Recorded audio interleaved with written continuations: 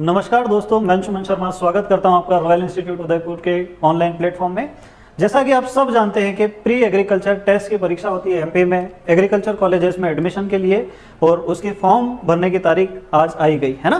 तो अभी जो है एमपीपीएटी यानी कि व्यापम वालों ने एक नोटिफिकेशन जारी किया था, और फॉर्म के भरने से लेकर के तो परीक्षा के रिजल्ट तक की सारी जानकारी एक बुकलेट के रूप में उन्होंने प्रदान की है। मैं आपको छोटी छोटी बेसिक इन्फॉर्मेशन इसके बारे में दूंगा। इसके लिए आप आराम से शांतिपूर्वक इस वीडियो को देखें, ध्यान से देखें और चीज़ों को समझने की कोशिश करें। सबसे पहले हम बात कर रहे हैं प्री एग्रीकल्चर टेस्ट पीएटी 2021 की, जो कि मध्य प्रदेश में एमपी में स्थित जितने भी आपके गवर्नमेंट एग्रीकल्चर कॉलेजेस है उनके लिए एक अनिवार्य परीक्षा है ना। तो इसके फॉर्म भरने की जो डेट है वो स्टार्ट हो जाएगी 12 अक्टूबर 2021 से लेके तो 26 अक्टूबर 2021 तक आप फॉर्म भर सकते हैं, है ना।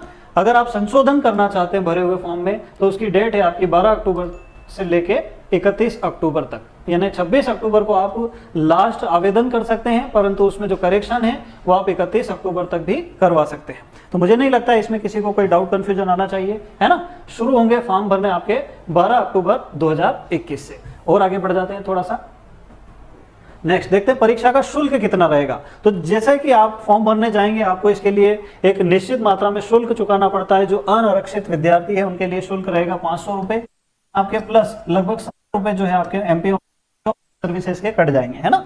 अन्य पिछड़ा वर्ग, अनुसूचित जाति, अनुसूचित जनजाति, निःशक्त जन के अभ्यर्थियों के लिए ये फीस रहेगी आपकी 250 रुपए, है ना। यहाँ पे विशेष तौर पर उन्होंने दर्शाया है कि ये फॉर्म सिर्फ केवल और केवल मध्य प्रदेश के मूल निवासियों के लिए है ना। चलिए और आगे चलते हैं। तो ये फीस जो छूट दी गई है ये एमपी के मूल निवासियों के लिए दी गई है, वो भी किस वर्ग के?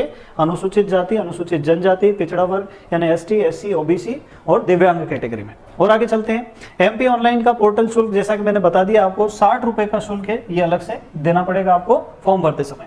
और आगे चलते हैं। नेक्स्ट हम बात करते हैं परीक्षा का दिनांक और समय। तो परीक्षा कब होगी? परीक्षा होगी आपकी 5 दिसंबर से लेकर 7 दिसंबर, यानी हम बात करें 5, 6 और 7 दिसंबर, 3 दिन तक लगातार परीक्षा होगी। एक दिन में 2-2 पालियों के पेपर होंगे, है ना। जैसा कि यहाँ लिखा है प्रथम पाली, इसमें रिपोर्टिंग का आपका समय रहेगा 7 बजे से 8 बजे तक। महत्वपूर्ण निर्देश पढ़ने का समय रहेगा 8:50 से 9 बजे तक, यानी सिर्फ 10 मिनट के लिए। और आपका मुख्य पेपर जो है वो शुरू हो जाएगा 9 बजे से 12 बजे तक। तो आपको ध्यान रखना है कि पेपर की अवधि है 3 घंटे की। और आगे चलते हैं। द्वितीय पाली जो है उसमें आपकी एंट्री शुरू हो जाएगी दोपहर 12 बजे से 1 बजे तक। फिर आपके महत्वपूर्ण निर्देश पढ़ने का समय रहेगा 1:50 से 2 बजे तक, यानी फिर 10 मिनट। और दोपहर में 2 बजे आपका ऑनलाइन पेपर जो है वो खुल जाएगा। आपको पूरी तरह से मैं बता देता हूं कि ये जो पेपर होने वाला है ये पूर्ण का ऑनलाइन पद्धति से ही होगा, इसमें ऑफलाइन का ऑप्शन नहीं होता है।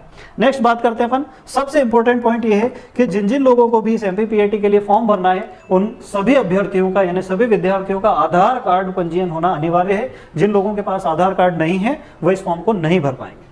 और आगे चलते हैं, देखते हैं प्रवेश हेतु योग्यता क्या चाहिए, है ना। तो माध्यमिक शिक्षा मंडल मध्य प्रदेश से 10+2 पद्धति की 12वीं कक्षा या समकक्ष परीक्षा निम्न विषयों सहित उत्तीर्ण होना चाहिए। अब कौन कौन से ग्रुप के लोग इस परीक्षा को दे सकते हैं? तो जनरली मोटा मोटा हम बात करते हैं कि केवल साइंस वर्ग के विद्यार्थी इस परीक्षा को दे सकते हैं। मैं आपको बताता हूँ साइंस वर्ग में क्या क्या आता है। पहला आता है आपका विज्ञान समूह, जिसमें आता है फिजिक्स, केमिस्ट्री और एग्रीकल्चर, है ना।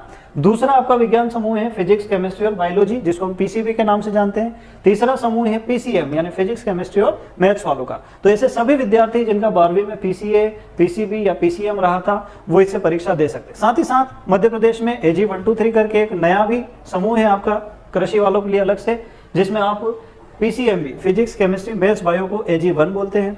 जो आपका फसल उत्पादन नाम का सब्जेक्ट है और हॉर्टिकल्चर है उसको आप एजी 2 कहते हैं। और एजी 3 का मतलब होता है पशुपालन। तो जो विद्यार्थी एमपी बोर्ड से 11वीं 12वीं करते हैं वो कृषि समूह ही पढ़ते हैं 11th और 12th में, और उनका ये विषय भी रहेगा।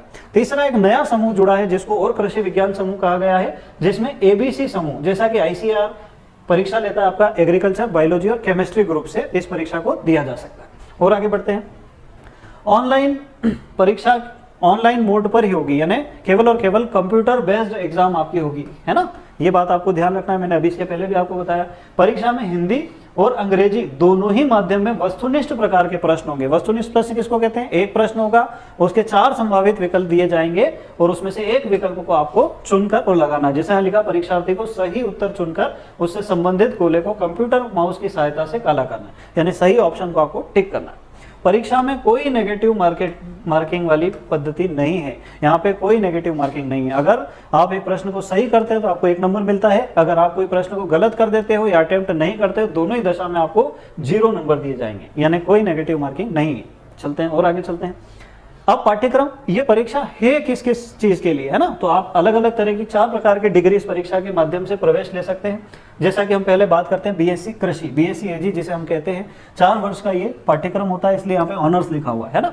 2 कृषि विश्वविद्यालय मुख्य रूप से, है ना, जो आईसीएआर से मान्यता प्राप्त शासकीय विश्वविद्यालय, जवाहरलाल नेहरू कृषि विश्वविद्यालय जबलपुर और राजमाता विजया राजे सिंधिया कृषि विश्वविद्यालय ग्वालियर। तो ये 2 यूनिवर्सिटी आपकी आरवीएस के भी ग्वालियर और जेएनकेयू जबलपुर, दोनों के लिए ही बीएससी एजी में प्रवेश लेने के लिए परीक्षा होगी। फिर दूसरी डिग्री का नाम है अपना बीएससी उद्यानिकी, जिसको हम कहते हैं बीएससी हॉर्टिकल्चर, है ना, तो ये भी दोनों ही जबलपुर और ग्वालियर दोनों ही विश्वविद्यालयों में उपलब्ध है। तीसरी आपकी बीएससी वानिकी, बीएससी फॉरेस्ट्री जिसको हम कहें, ये केवल जेएनकेयू में उपलब्ध है। और बीटेक कृषि अभियांत्रिकी यानी एग्रीकल्चरल इंजीनियरिंग में जो बीटेक होता है वो भी केवल और केवल आपका जेएनकेयू जबलपुर यूनिवर्सिटी में ही उपलब्ध है। आरबीएस के व्यू में ये दोनों ना तो फॉरेस्ट्री है और ना ही आपका बीटेक एग्रीकल्चर इंजीनियर। और आगे चलते हैं।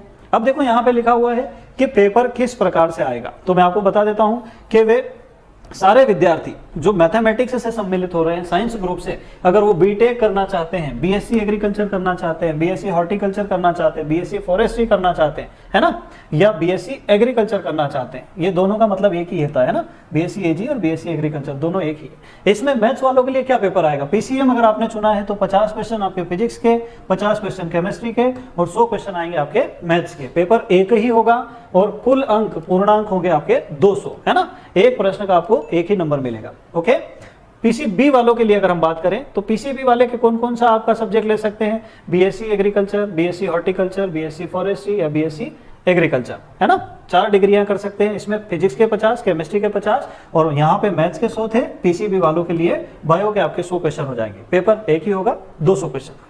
अब एग्रीकल्चर वाले क्या कर सकते हैं, तो एग्रीकल्चर वाले बीएससी एजी कर सकते हैं, बीएससी हॉर्टिकल्चर कर सकते हैं और बीएससी फॉरेस्ट्री कर सकते हैं, मतलब 3 प्रकार की डिग्री कर सकते हैं। एग्रीकल्चर वाले इंजीनियरिंग नहीं कर सकते। उनके लिए पेपर 2 प्रकार से आता है बेटा। पहला पेपर आता है आपका एजी 1 का, इसमें 100 क्वेश्चन आएंगे। मैं आपको एजी फिजिक्स आता है, केमिस्ट्री आता है, मैथमेटिक्स आता है और बायोलॉजी आता है, ऐसे 4 सब्जेक्ट आते हैं और लगभग 25-25 क्वेश्चन इन चारों में से ही आते हैं। इस प्रकार से 100 क्वेश्चन आते हैं आपके एजी 1 में से।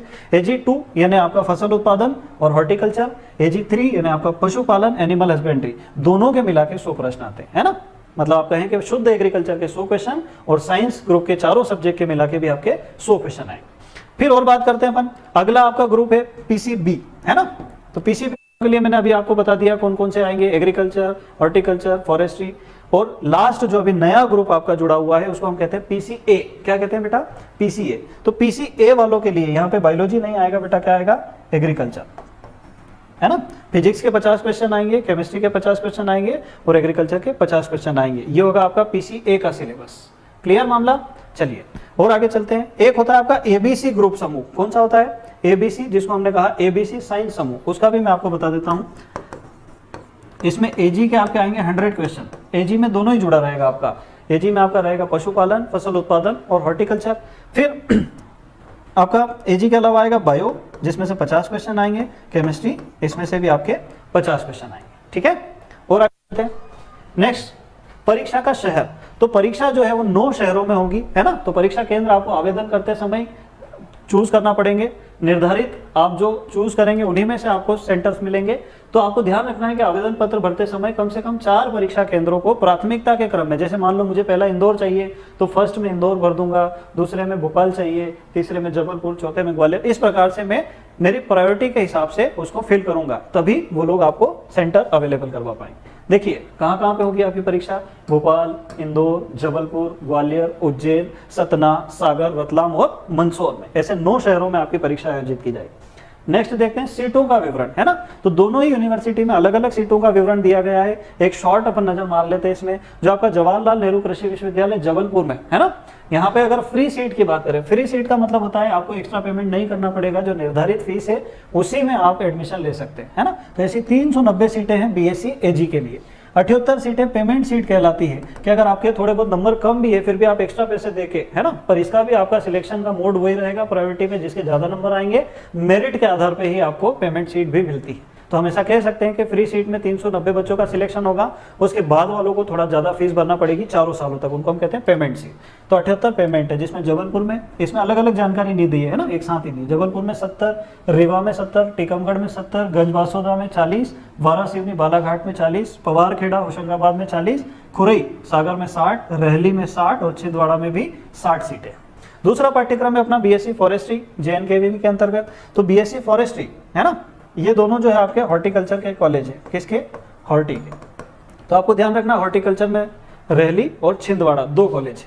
चलो फिर बीएससी फॉरेस्ट्री की बात करते हैं। तो इसमें आपकी फ्री सीटें कितनी है, 25, और पेमेंट सीटें आपकी 5, और ये केवल और केवल कहाँ उपस्थित है, जबलपुर में, एक ही कॉलेज है। कुल सीटें आपकी 30। बीटेक कृषि अभियांत्रिकी की बात करते हैं, इसमें 70 सीटें जो आपकी फ्री है और 14 सीटें पेमेंट है। ऐसे कुल मिला के अगर फ्री सीटों की बात करें तो 70 + 14 84 सीटें आपकी बीटेक की। आगे बात करते हैं RVSKVB ग्वालियर की, है ना। तो BSc AG की अगर हम बात करें तो इसमें फ्री सीट है हमारी 220, पेमेंट सीट है हमारी 44, जिसमें से इंदौर में आपकी 60 सीट, ग्वालियर में आपकी 60 सीट, सीहोर में 60 और खंडवा में केवल 40 सीट है। साथ ही साथ BSc हॉर्टिकल्चर अगर हम करना चाहें तो मंदसौर में आपकी 40 फ्री सीटें और 8 पेमेंट सीट है, यानी 48 सीटें जो है आपके लिए BSc हॉर्टिकल्चर में उपलब्ध है। एक और विश्वविद्यालय है ना, महात्मा गांधी विश्वविद्यालय चित्रकूट सतना में। वहां पे क्या है कि वो अपनी अलग से परीक्षा नहीं लेते, इसी PAT की मार्कशीट के बेसिस पे वो लोग भी काउंसलिंग को आयोजित करते हैं। वहां भी अगर हम बात करें तो 60 सीटें फ्री है BSc AG की और 40 सीटें हैं पेमेंट, ये भी BSc AG की, यानी कुल मिला के 120 सीटें। और आगे चलते हैं।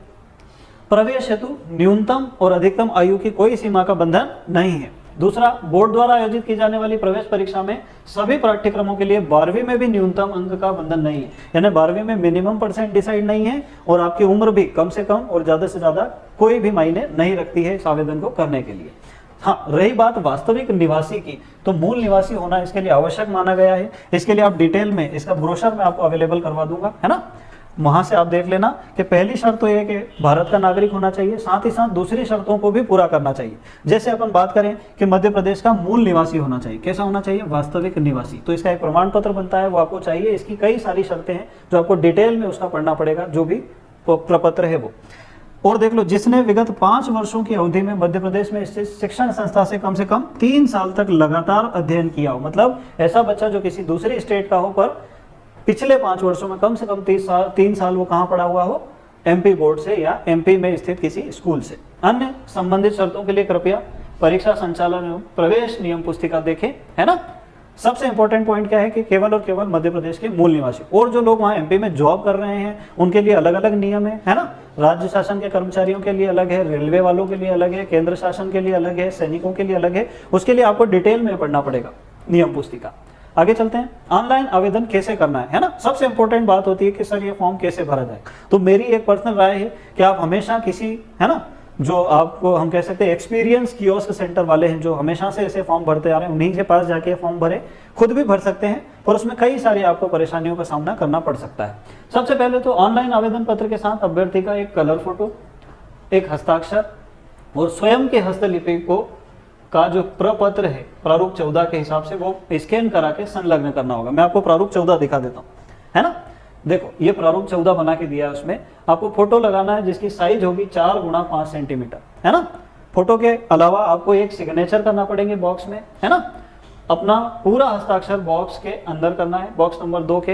अंग्रेजी के कैपिटल में आपको हस्ताक्षर नहीं करना है ना, स्मॉल लेटर्स में भी नहीं करना है, और एक से ज्यादा हस्ताक्षर भी नहीं करना है। साथ ही साथ शॉर्ट जिसके सिग्नेचर होते हैं ना, शॉर्ट सिग्नेचर भी नहीं करना है। याद रखना कि ये सिग्नेचर वहाँ एग्जाम के दौरान फिर से कराए जाएंगे। अगर आपके सिग्नेचर मैच नहीं करते हैं, अगर आपकी फोटो मैच नहीं करती है, तो आपको वहाँ एग्जाम नहीं देने दी जाए, ठीक है। फिर देखो लिखा हुआ फोटोग्राफ के निचले हिस्से पर फोटो खिंचवाने की तारीख, आवेदक का नाम स्पष्ट लिखा होना चाहिए, और ये फोटो आवेदन करने की तिथि के 3 माह से अधिक पुराना नहीं होना चाहिए, मतलब रिसेंट ताजा फोटो आपको चाहिए। और फोटो के नीचे यहाँ पे, है ना, अपना नाम लिखवाना है साफ साफ, और जो फोटो खिंचवाई है उसकी आपको डेट लिखवाना है, उस फोटो के ऊपर ही लिखवाना है, ठीक है। तो 4 × 5 सेंटीमीटर का ये फोटो आपका, 4 × 5 इंच का ये आपका फोटो होना चाहिए। और आगे बात करते हैं, वापिस आते हैं। है ना। ऑनलाइन पत्र में आवेदक को जन्म तिथि के प्रमाण के लिए या तो 8वीं 10वीं अथवा 12वीं की अंक सूची को स्कैन करके साथ में अपलोड करना पड़ेगा। ज्यादातर लोग जो है 10वीं की मार्कशीट अपलोड करते हैं, आप 12वीं की भी कर सकते हैं, पर उसमें आपकी जन्म तिथि होना चाहिए, ये सबसे इंपॉर्टेंट बात है। और आगे चलते हैं, अनुसूचित जाति, अनुसूचित जनजाति, अन्य पिछड़ा वर्ग के अभ्यर्थियों के लिए जाति प्रमाणीकरण हेतु सक्षम अधिकारी, एक सक्षम अधिकारी जो आपका जाति प्रमाण पत्र बनाता था, केवल वही जाति प्रमाण पत्र आपको साथ में स्कैन करके अपलोड करना पड़ेगा। ये देखो यहाँ लिखा हुआ है, स्कैन कराकर संलग्न करना होगा, ठीक है, जाति का प्रमाण पत्र। नेक्स्ट आगे बढ़ते हैं, ये हो गया आपका प्रारूप 14। एक स्व घोषणा पत्र भी, ये प्रारूप 14 थोड़ा बड़ा है, आधा ऊपर ले लिया मैंने, आधा अगली स्लाइड पे ले लिया। आपको एक अपने हाथ से लिख के, या तो आपको हिंदी में लिखना है या तो आपको अंग्रेजी में लिखना है, ऐसा बॉक्स बना हुआ रहेगा, उस बॉक्स पे आपको ऐसे लिखना है, एक बॉक्स दूसरा बना के उसमें साइन करना है, और तीसरी जगह फोटो। ये तीनों चीजों की आप स्कैन कॉपी करवा लें, फिर उसकी एक जेपीजी फॉर्मेट में इमेज बना लें, और जब आप फॉर्म भरेंगे तो तीनों की इमेज आपको अपलोड करना पड़ेगी, ठीक है।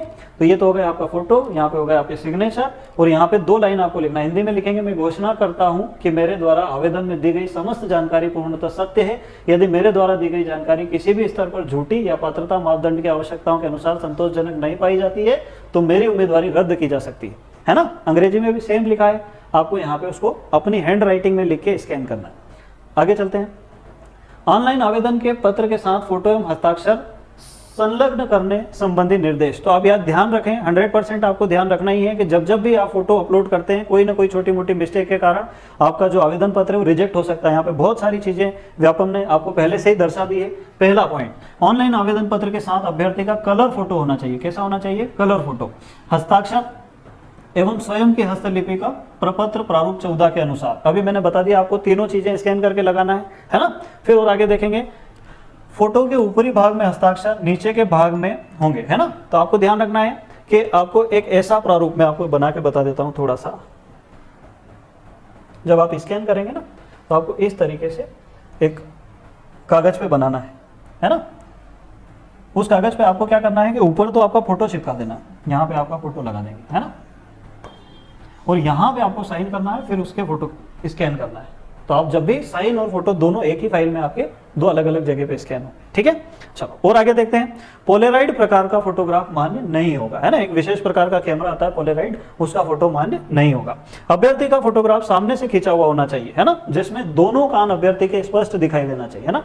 स्टाइल में पोज देते हुए आपको फोटो नहीं खिंचवाना है। और आगे चलते हैं, उपरोक्त मापदंड के फोटोग्राफ संलग्न नहीं किए जाने पर आवेदन पत्र निरस्त किया जाएगा। मतलब ध्यान रखना, ये सारी चीजें होना चाहिए, आपकी डेट होना चाहिए, है ना, समय पे आपने कहाँ सिग्नेचर किए, कहाँ आपका फोटो है, पोलराइड कैमरा का फोटो नहीं होना चाहिए। सारी चीजें अगर आपकी गड़बड़ रही या इसमें से कोई भी चीज गड़बड़ रही तो आपका आवेदन निरस्त हो जाएगा। और आगे चलते हैं अपन, फोटोग्राफ आवेदन भरने की तिथि से 3 माह से अधिक पुराना नहीं होना चाहिए तथा फोटोग्राफ खिंचवाने पर फोटोग्राफ खिंचवाने की डेट लिखना है, अपनी जन्म तिथि नहीं लिखना है। याद रखना, कई सारे बच्चे क्या करते हैं, अपने डेट ऑफ बर्थ लिख देते, पर आपको कौन सी डेट लिखना है जिसपे आपने फोटो खिंचवाया, है ना। उस पर आवेदक का नाम स्पष्ट होना चाहिए, कैपिटल लेटर्स में अपना नाम फोटो के ऊपर लिखवा लेना, है ना, वो लिख देगा फोटोग्राफर। यथासंभव अभ्यर्थी द्वारा आवेदन पत्र में जैसा फोटो, अगर आदमी दाढ़ी में परीक्षा देने जा रहा है तो दाढ़ी में फोटो खिंचवाना है, क्लीन शेव में जा रहा है तो क्लीन शेव में खिंचवाना है। अगर आप चश्मा लगा के, है ना, रहते हैं, दिन भर पढ़ते लिखते हैं, आप चश्मा लगा के एग्जाम दोगे तो आपका फोटो चश्मे वाला होना चाहिए, ठीक है। काले चश्मे के साथ गॉगल लगा के सलमान खान की तरह आपको फोटो नहीं खिंचवाना है, ठीक है। चलो और आगे चलते हैं, ऑनलाइन आवेदन पत्र के साथ संलग्न किया गया फोटो ही काउंसलिंग में और चयन प्रक्रिया में, मतलब वो जो फोटो है वो ज्यादा संख्या में खिंचाना है, कम से कम 5 प्रति आपके पास सुरक्षित होना चाहिए। मैं तो कहता हूं कि 10, 12, 15 इकट्ठे ही फोटो खिंचवा लो, ताकि आगे जब तक अपना एडमिशन कॉलेज में नहीं हो जाए तब तक वही फोटो काम में आए। ऑनलाइन आवेदन पत्र में हस्ताक्षर निर्धारित जगह पर फोटो के नीचे पूर्णतः स्पष्ट रूप से होना चाहिए। मैंने अभी आपको बताया कि आपको ऐसे एक कागज के ऊपर फोटो खिंचवाना है, नीचे हस्ताक्षर, वहां पे 2 ऑप्शन आएंगे अपलोड करने के, एक में आपको फोटो अपलोड करना है, एक में आपको सिग्नेचर अपलोड करना है, ठीक है। अंग्रेजी के कैपिटल में आपको हस्ताक्षर नहीं करना है, यहाँ भी दोबारा यही समझाया गया। मिसिंग का मतलब नहीं उपलब्ध होना, अथवा अस्पष्ट फोटो या हस्ताक्षर या आपकी हस्तलिपि भी अस्पष्ट है, मिसिंग है, तो फिर आपका आवेदन पत्र अमान्य घोषित कर दिया जाएगा, मतलब आप एग्जाम नहीं दे पाएंगे। ऑनलाइन आवेदन पत्र के साथ दिए गए हस्ताक्षर के समान ही हस्ताक्षर आपको परीक्षा के हॉल में करना है। साथ ही साथ जब काउंसलिंग होगी तब भी आपको यह हस्ताक्षर फिर से करना होगा, मतलब डबल स्टेज वेरिफिकेशन आपका इसमें होगा। और आगे चलते हैं, महत्वपूर्ण बिंदु में आपको बता देता हूं, आवेदन पत्र जमा कराने की अंतिम तिथि जो है क्या है अंतिम तिथि आप एक बार देख लीजिए। अंतिम तिथि मैं आपको बता देता हूँ, अंतिम तिथि है 26 अक्टूबर 2021। तो इस अंतिम तिथि की रात 12 बजे तक यानी 11:59 तक आप आवेदन पत्र सबमिट कर सकते हैं, जमा कर सकते हैं। ठीक है, आवेदक को आवेदन पत्र में शरीर के स्थायी चिन्ह है ना, आपसे पूछेगा कि आपके शरीर में कौन सा स्थायी चिन्ह है, तो किसी की चोट का निशान होता है, किसी के शरीर पे कहीं तिल होता है, तो ये भी आपका परीक्षा हॉल में वो स्थायी चिन्ह चेक करेंगे ना, किसी के हाथ में तिल होता है, किसी के सिर में चोट का निशान होता है, तो ऐसा स्थायी चिन्ह आपको बताना है। और फोटो पहचान पत्र का विवरण, जैसे आप आधार कार्ड लगाने वाले हो है ना, एग्जाम में जो भी लेके जाओगे उसका विवरण भी आपको वहीं देना पड़ेगा, यानी फॉर्म भरते समय बताना पड़ेगा कि मैं ये वाली आईडी लेके एग्जाम देने जा रहा हूँ, है ना। ज्यादातर लोग आधार कार्ड ही ले जाते हैं, मेरी भी यही सलाह है आपको। इसके अभाव में आवेदन पत्र स्वीकार नहीं किया जाएगा। मतलब ये दोनों चीजें, एक तो आपको स्थायी चिन्ह और एक जो आप पहचान पत्र ले जा रहे हैं, दोनों की जानकारी देना अति आवश्यक। ऑनलाइन आवेदन पत्र में भरी जाने वाली समस्त जानकारियों की शुद्धता एवं सत्यता का पूरा उत्तरदायित्व जो है वो आवेदक का यानी कि कैंडिडेट का होगा। इसमें अगर कोई भी गड़बड़ पाई जाती है तो फॉर्म भरने वाला ही जिम्मेदार होगा, यानी कि जो विद्यार्थी परीक्षा दे रहा है अभ्यर्थी वो खुद ही जिम्मेदार होगा। आवेदक द्वारा ऑनलाइन आवेदन पत्र में शैक्षणिक अर्हता मतलब 12वीं पास की बात चल रही है, के अनुरूप अर्हता रखने वाली अंक सूची का क्रमांक, मतलब आपकी 12th की मार्कशीट का जो रोल नंबर है वो डालना पड़ेगा, आपके कुल कितने प्राप्तांक है, जितने ऑब्टेन्ड मार्क है वो डालना है, और आपके जो पूर्णांक है, टोटल कितने नंबर की एग्जाम हुई थी आपकी 12th में, वो भी आपको इसमें भरना पड़ेगा फॉर्म भरते समय। ये ध्यान रखना, 12th की मार्कशीट साथ लेके जाना है फॉर्म भरने। और आगे चलते हैं। ऑनलाइन आवेदन पत्र में आवेदक का अपना आधार कार्ड क्रमांक है ना, या VID अनिवार्यता किए जाने का प्रावधान रखा गया, मतलब बिना आधार कार्ड के आप फॉर्म नहीं भर सकते। ठीक है, और परीक्षा के ठीक पूर्व रजिस्ट्रेशन डेस्क पर अभ्यर्थियों का बायोमेट्रिक सत्यापन, जो आपका अंगूठे का निशान वाला सिस्टम होता है आधार कार्ड में है ना, वहां पे फॉर्म भरते समय भी आपके अंगूठे का निशान लेंगे वो लोग, ये आधार कार्ड से मैच करेंगे, तो ये आपको ध्यान रखना है, ये सत्यापन आपका विशेष तौर पर किया जाएगा। ऑनलाइन आवेदन पत्र भरने की व्यवस्था क्या रहेगी, तो मैं आपको बता देता हूं। वैसे तो आपको कियोस्क पे MP ऑनलाइन का जो कियोस्क होता है वहीं जाके आवेदन करना है, और ऐसे व्यक्ति के यहाँ जाके करना है जिसने पहले से ही PAT के कई सारे फॉर्म भर रखे हों। बिल्कुल नए आदमी पास नहीं जाना बेटा। कई बार क्या होता है कि छोटी मोटी त्रुटि के कारण बच्चों का फॉर्म रिजेक्ट हो जाता है, साल भर की तैयारी जो है वो एग्जाम देने के पहले ही खराब हो जाती है। तो आप खुद अगर फॉर्म भरना चाहे तो आप क्या करेंगे, www.mponline.gov.in यानी गवर्नमेंट की वेबसाइट है, इस पे आप जाएंगे और इसके माध्यम से आप भर सकते हैं। देखो यहाँ पे दो विकल्प दिए हुए फॉर्म भरने के, पहला इंटरनेट कैफे के द्वारा यानी कियोस्क के द्वारा, और दूसरा है स्वयं के कंप्यूटर द्वारा। तो आप खुद भी फॉर्म भर सकते हैं, पर आपको स्कैन करना आना चाहिए, है ना, आपको फाइलों को JPG फॉर्मेट में सेव करना आना चाहिए, और उसकी एक निश्चित साइज भी रहती है ना, उस साइज में भी आपको उन फाइलों को कन्वर्ट करना पड़ेगा। चलो और आगे चलते हैं। प्रारूप 12 के अनुसार फोटो, हस्ताक्षर एवं हस्तलिपि की 2 लाइनों की इमेज तैयार करके स्कैन करके JPG फॉर्मेट में कंप्यूटर में सेव करके पहले से ही रख लें। फिर आपको क्या करना है, www.mponline.gov.in इस पे आपको लॉगिन करना है, मतलब अपने कंप्यूटर से इस साइट पे जाना है। वहां पे आपको सिटीजन सर्विसेज नागरिक सेवाएं दिखाई देगी, इस पे क्लिक करेंगे। इस पे आपको है ना एप्लीकेशन में जाना है, एप्लीकेशन से आपको PEB में जाना है। यहाँ पे आपकी एग्जाम शो होने लग जाएगी 12 तारीख के बाद। तो वहां पे आप प्री एग्रीकल्चर टेस्ट का चयन करेंगे, यानी परीक्षा का चयन करके संबंधित दिशा निर्देशों को पढ़ना है। आपको बहुत सारे दिशा निर्देश दिए जाएंगे, है ना, वो सारे पढ़ना है। फिर वो जो फॉर्म में सारे खाली खाली जगह वहां पे आपको निश्चित जानकारी भरना है, कोई भी जगह खाली नहीं छोड़ना है ना। अगर आपने कोई भी एक चीज खाली छोड़ दी तो हो सकता है आपका फॉर्म रिजेक्ट हो जाए। पूरा फॉर्म भर लें, अच्छे से उसको चेक कर लें, 2-2 बार पढ़ लें, उसके बाद आप सबमिट बटन पे क्लिक करें, आपका फॉर्म ऑटोमेटिक सबमिट हो जाएगा। तो ये तो हो गई फॉर्म भरने की आपकी पहली स्टेप। दूसरी स्टेप होती है पेमेंट करना। पेमेंट आप उसी समय भी कर सकते हैं, पेमेंट आप बाद में भी कर सकते हैं, है ना।